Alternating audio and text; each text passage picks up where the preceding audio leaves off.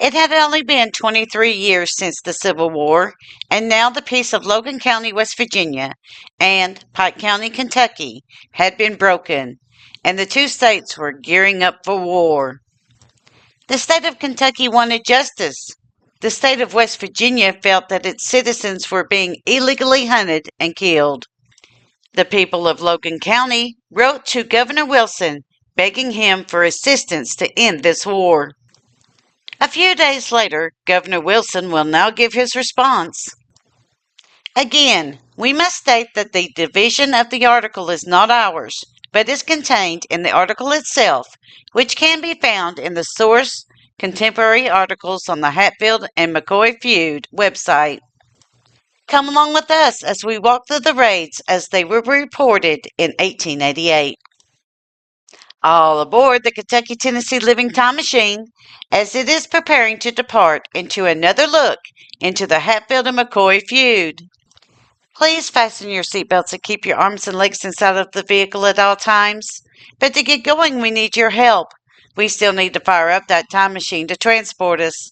Please help us by clicking on the like, subscribe, and bell notification buttons down below. Not only does this fire up the time machine for our flight back in time, but it convinces the YouTube algorithm that we need a bigger vehicle to reach more people who love history as much as you do. Now, back to our story. January 30th, 1888. As we have already stated, the citizens of Logan County fired off a petition to Governor Wilson begging him for help in resolving the feud between the Hatfield and McCoy families. The violence between the two factions was escalating, and it needed to stop as there were fears that innocent families might be caught in the crossfire. A group of citizens traveled to Charleston, West Virginia to meet with Governor Wilson, and we have the report of what transpired in that meeting. Quote, Wheeling Intelligencer, January 30th, 1888. The Vendetta.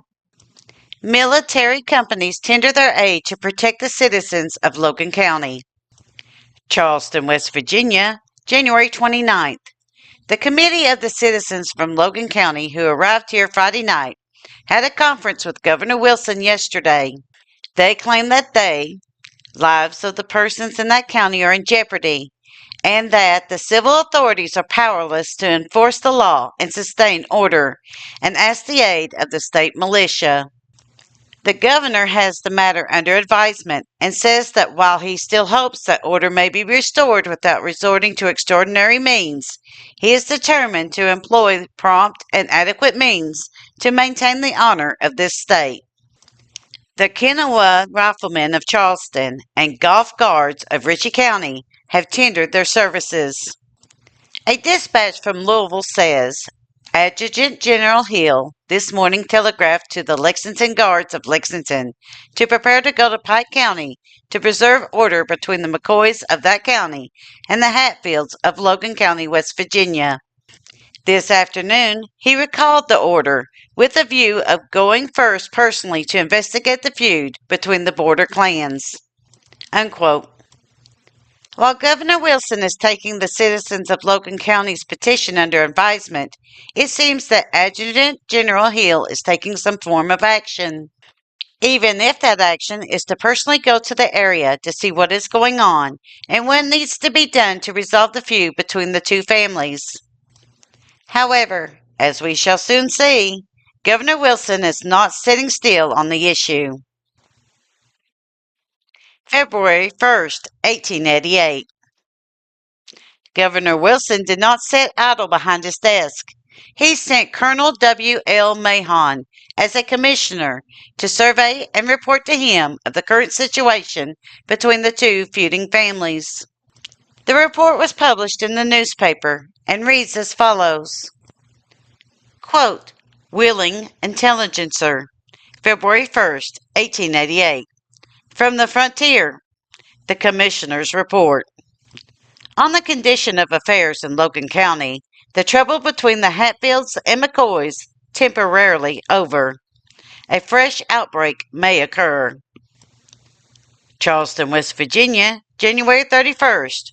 Colonel W. L. Mahon, the emissary from Governor Wilson, sent to Logan County a week ago to inquire into and report upon the now famous Hatfield and McCoy vendetta, made his report to Governor Wilson today, and it is as follows. Quote, I visited all the Hatfields and found them to be good, law-abiding citizens who have the respect and confidence of everyone in the neighborhood, that while many depredations have been committed and the whole surrounding the country has been in a state of excitement and tumult, bordering on a general young war, peace has again been restored, and the belligerent parties on both sides have disbanded, and no further trouble is anticipated. The strangest part of the whole affair is the fact that the Hatfields and McCoys are related. The recent outbreak seems to have been caused by the parties in Pike County, Kentucky, resurrecting old indictments against the Hatfields, which were found 5 years ago.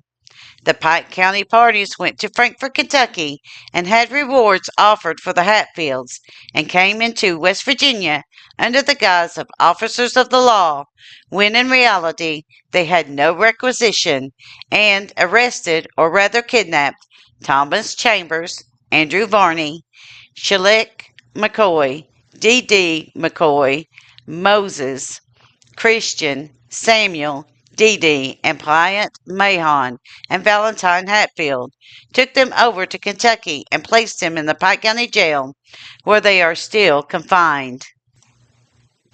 The party, headed by Frank Phillips, fired on and killed Old Man Vance without so much as calling on him to surrender. And there are the same parties who came over into the state and fired upon Constable Thompson and posse, at which time a deputy and another man were killed. The citizens of Logan State, that had any parties other than these sent, been called upon to make the arrest, no blood would have been shed. But the McCoys, who came with Phillips to make the arrest, had sworn to kill the Hatfields, and would have done so after they were disarmed.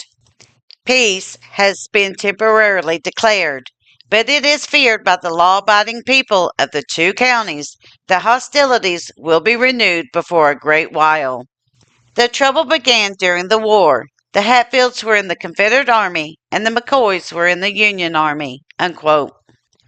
So, according to Colonel W. L. Mahon, if anyone else besides Phillips and the McCoys attempted the arrest, it would have been a peaceful event.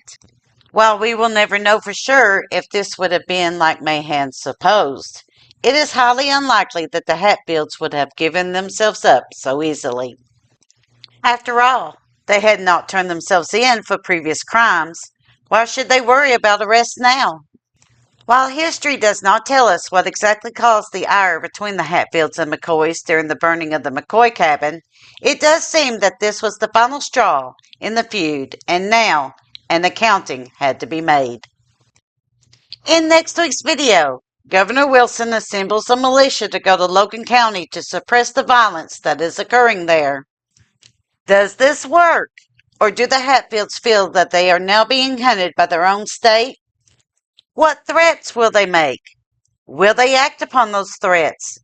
Find out next week when we return to the feud according to the newspaper reports. Thank you.